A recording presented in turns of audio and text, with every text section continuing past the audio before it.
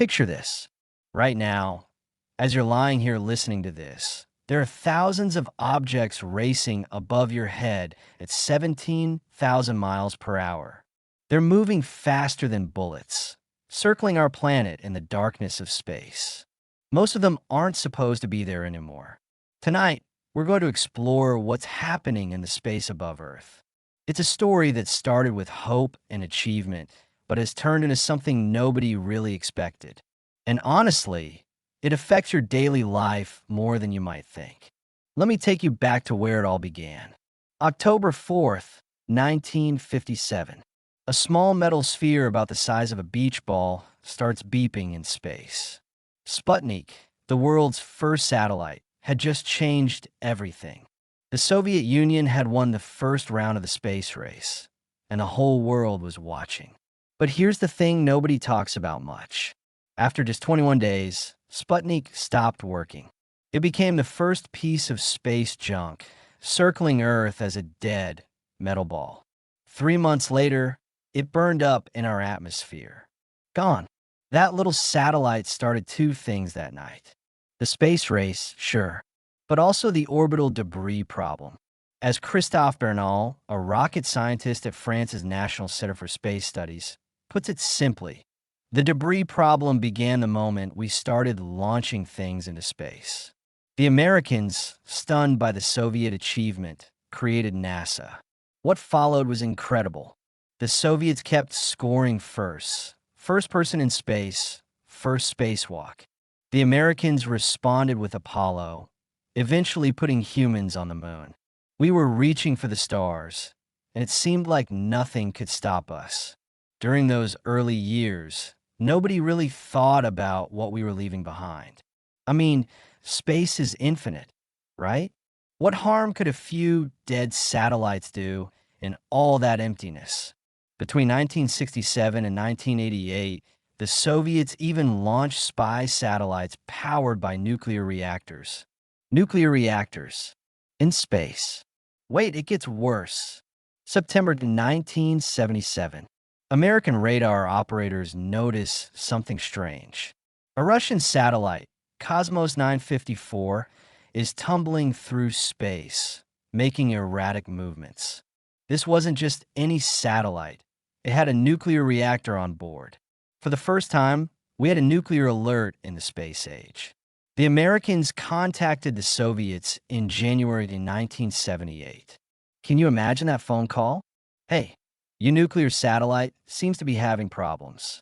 The Russians confirmed they'd lost control. Days later, Cosmos 954 came screaming back to Earth, scattering radioactive debris across northern Canada. The newspapers went wild. Here we were, in the middle of the Cold War, and Soviet nuclear material was raining down on North America. Suddenly, everyone realized that what goes up doesn't always burn up completely when it comes down. But satellites weren't the only problem. Every single rocket launch leaves something behind. When you send a satellite up, the first stage of the rocket falls back into the ocean after pushing everything about 10 kilometers up. That's fine, but the upper stage, the part that actually gets the satellite into orbit, that stays up there too. It becomes debris. Fuel tanks, nose cones, bits of rockets, they all stay in orbit, moving at 18,000 miles per hour. For decades.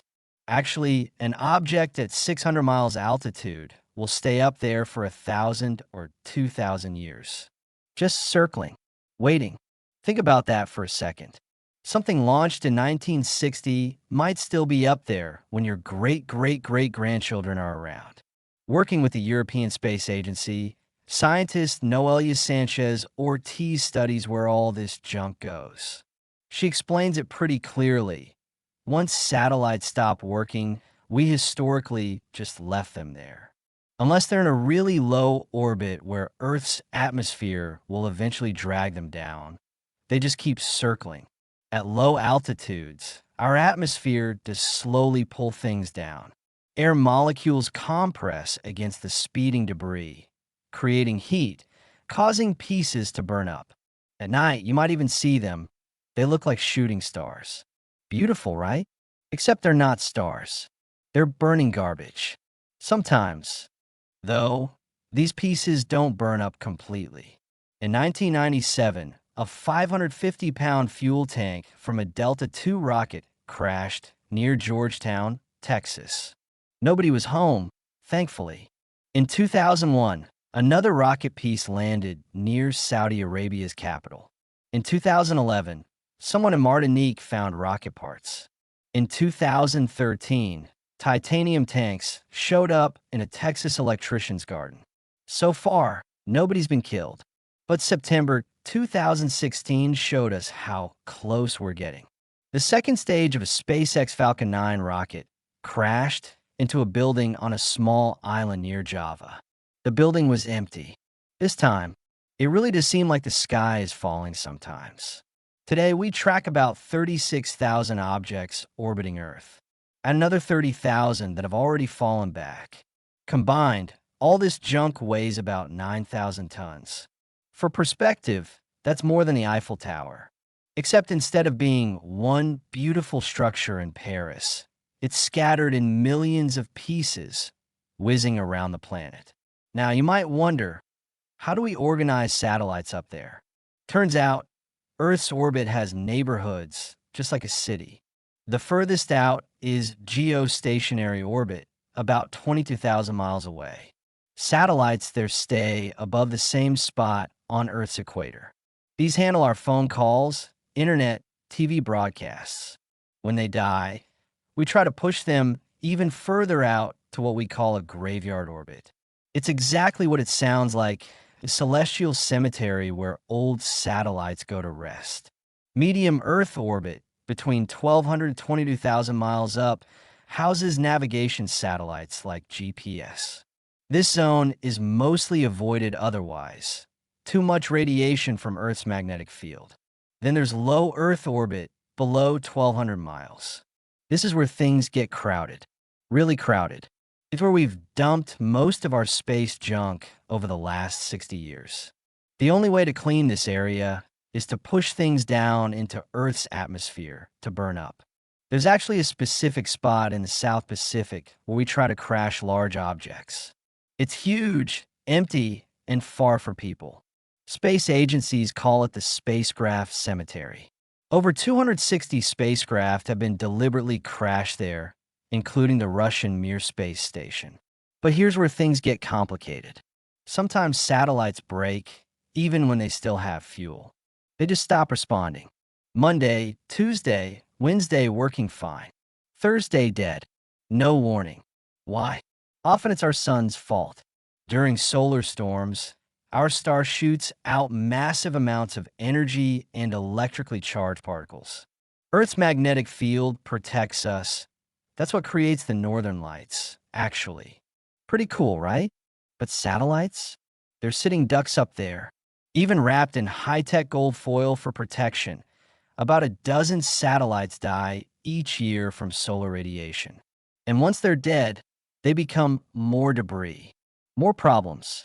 The really scary part is what happens when dead satellites hit each other.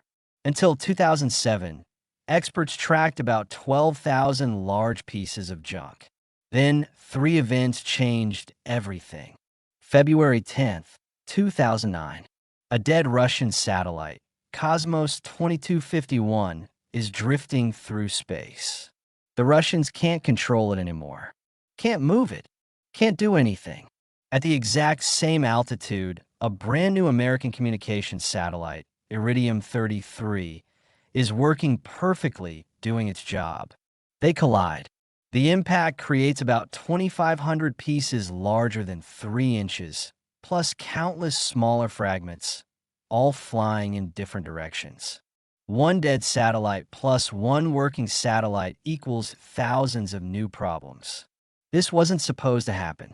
Space is huge, right? But when everything's moving at 17,000 miles per hour in the same narrow bands of orbit, huge isn't huge enough. Then things got political. China decided to show off their military capabilities by deliberately destroying one of their old weather satellites with a missile, just because they could. The explosion created thousands more pieces of debris. Russia couldn't let that go unanswered. In November 2021, they destroyed their own dead satellite, Cosmos 1408, with a missile.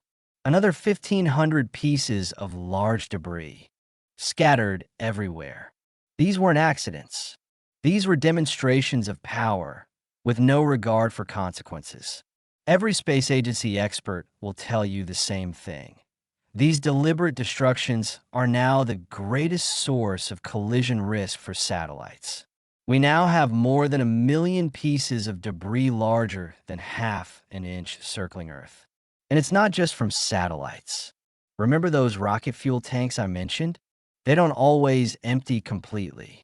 Liquid oxygen in one chamber, liquid nitrogen in another. Remember high school chemistry? When these mix, they explode. So instead of one intact fuel tank, you get 1,000 pieces of debris. This junk multiplies like a virus. Each collision creates more debris, which causes more collisions, which creates more debris. It's called Kessler syndrome, named after the NASA consultant who predicted it back in 1978. Don Kessler's math was terrifying but simple. We already have enough objects up there that every 10 years, we can expect 2 large objects to collide and create a major breakup. Every 5 years, expect collisions between large objects and fragments. Each collision produces about 100 fragments big enough to destroy another satellite. It's a cascade, a chain reaction in slow motion. And we're watching it happen. In 1996, we saw Kessler's prediction come true. Debris from an Ariane rocket launched 10 years earlier hit a French military satellite called Ceres. The impact knocked off a 10-foot stabilization boom, sending Ceres tumbling out of control. One small piece of decade-old garbage had destroyed a working satellite. This is our reality now. Clouds of debris traveling 18,000 miles per hour, threatening everything we've put up there. And here's what most people don't realize. We really can't live without satellites anymore. When you pull out your phone to find directions, that's satellite positioning. When you withdraw cash from an ATM while traveling, satellites connect you to your bank thousands of miles away. Weather forecasts, emergency services coordination, international TV broadcasts, all satellites. I was talking to someone recently who said they could easily live without satellites. Then I asked them to go a day without using anything that relies on them. No GPS, no credit cards, no weather app, most TV channels gone. They lasted about 3 hours. The European Space Agency now calculates that every satellite launch has a 5% chance of failure.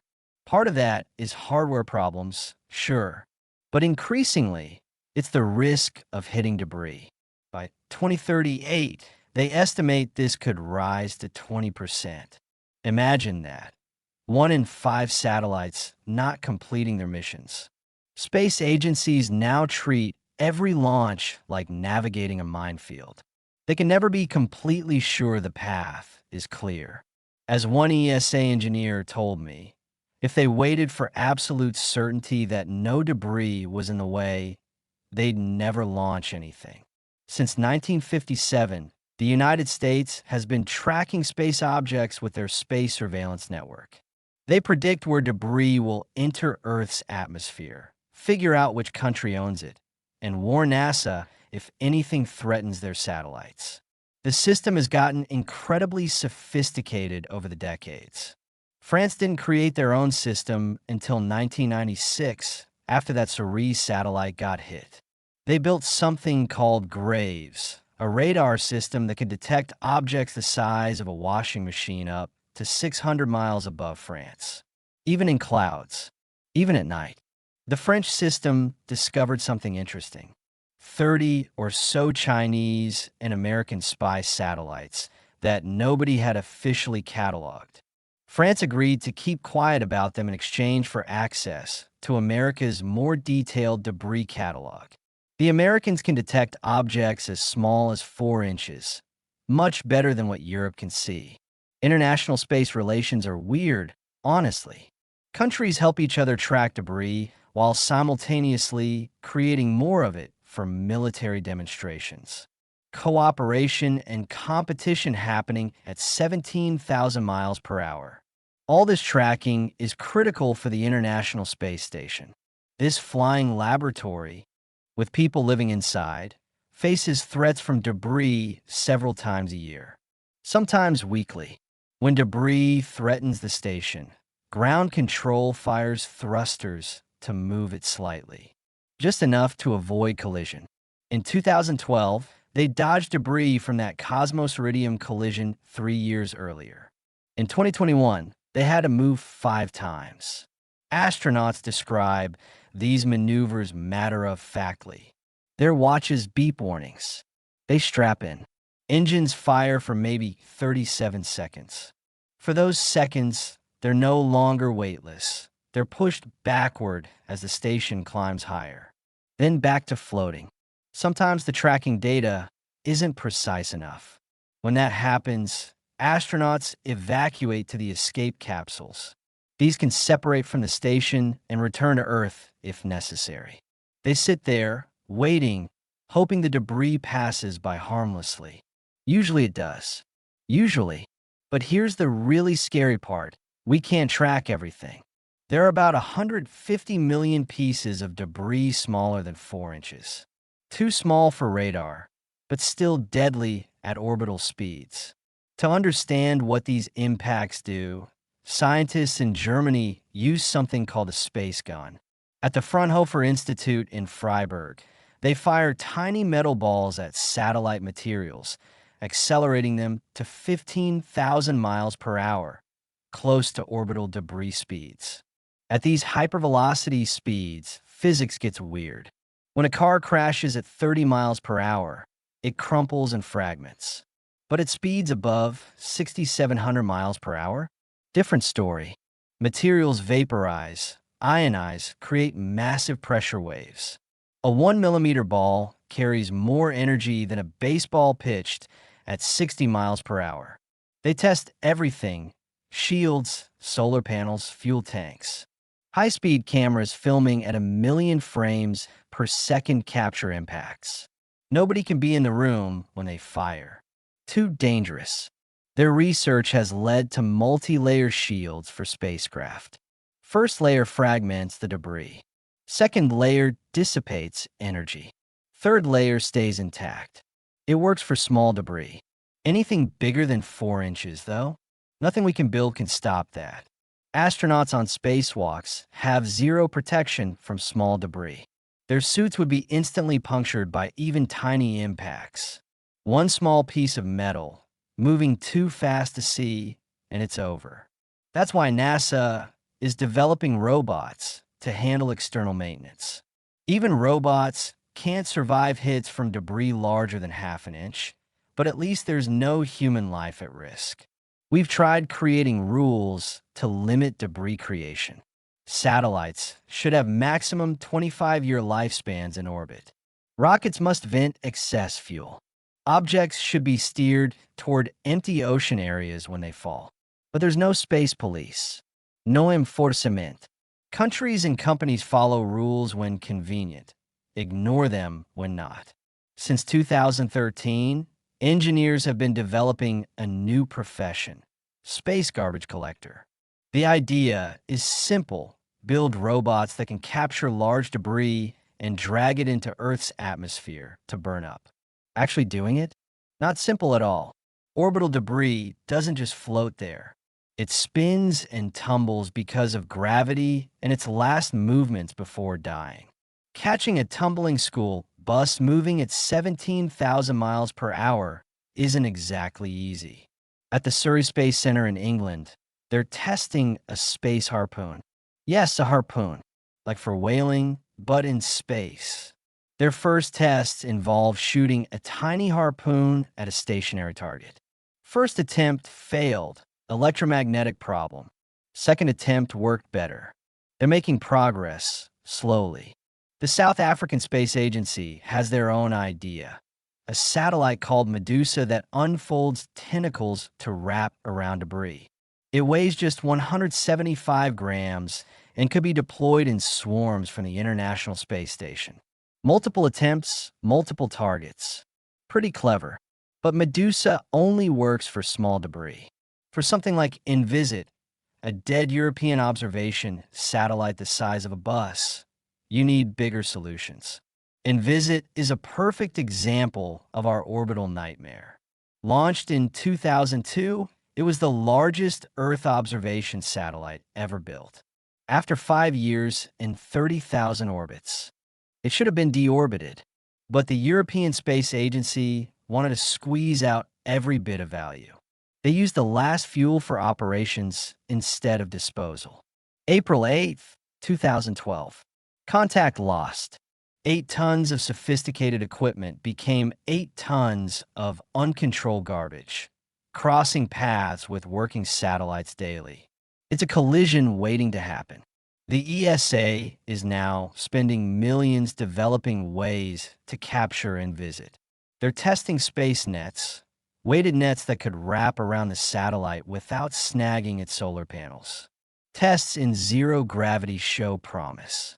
But building a spacecraft to actually retrieve Envisat, €500 million. Nobody wants to pay. Actually, let me correct that. Everybody wants someone else to pay. The most promising idea might be space tugs, multi-purpose robots that could refuel satellites on Tuesday, repair another Wednesday, inspect something Thursday, and grab space junk on Friday to send it burning into the atmosphere.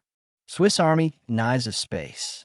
But even space tugs face huge technical challenges. As Airbus engineers explain, we still can't reliably rendezvous with objects not designed for docking. Old satellites don't have handles or docking ports. They're smooth, spinning, unpredictable.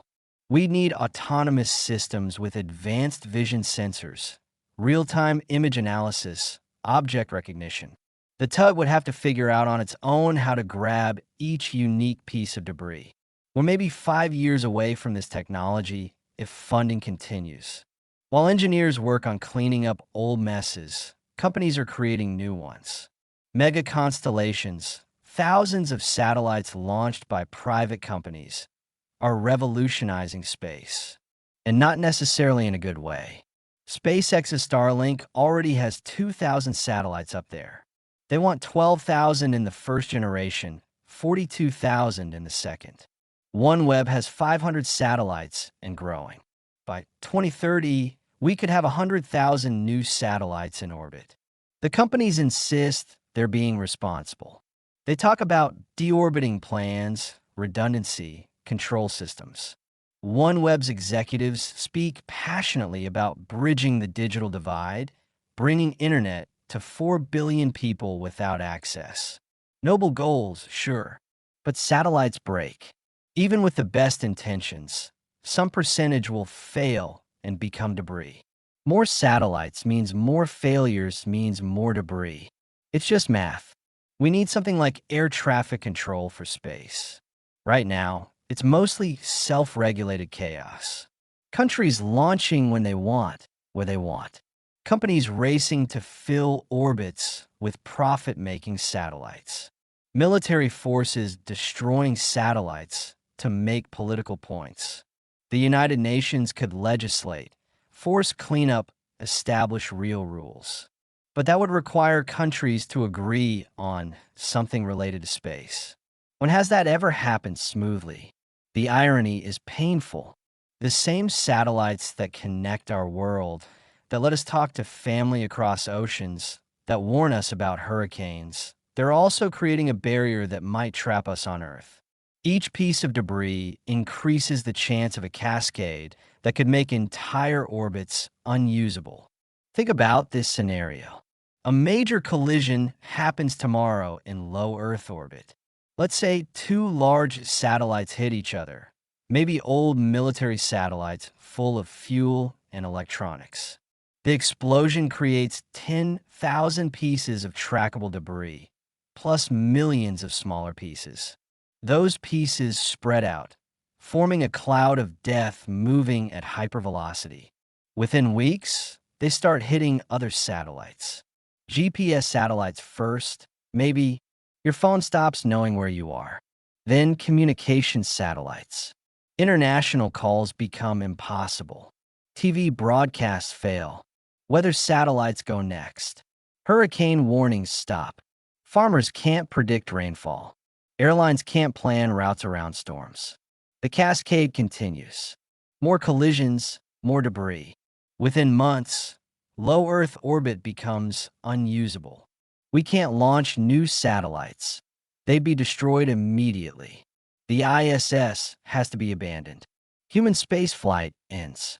We'd be stuck on Earth, looking up at a sky full of our own garbage, spinning forever above our heads. A prison of our own making. This isn't science fiction. This is Kessler's syndrome, and every expert says it's not a matter of if, but when. Unless we act, some progress is happening. The European Space Agency now designs satellites with disposal in mind. Fuel reserves specifically for deorbiting. Drag sails that deploy at end of life to pull satellites down faster. Better materials that burn up completely on re-entry.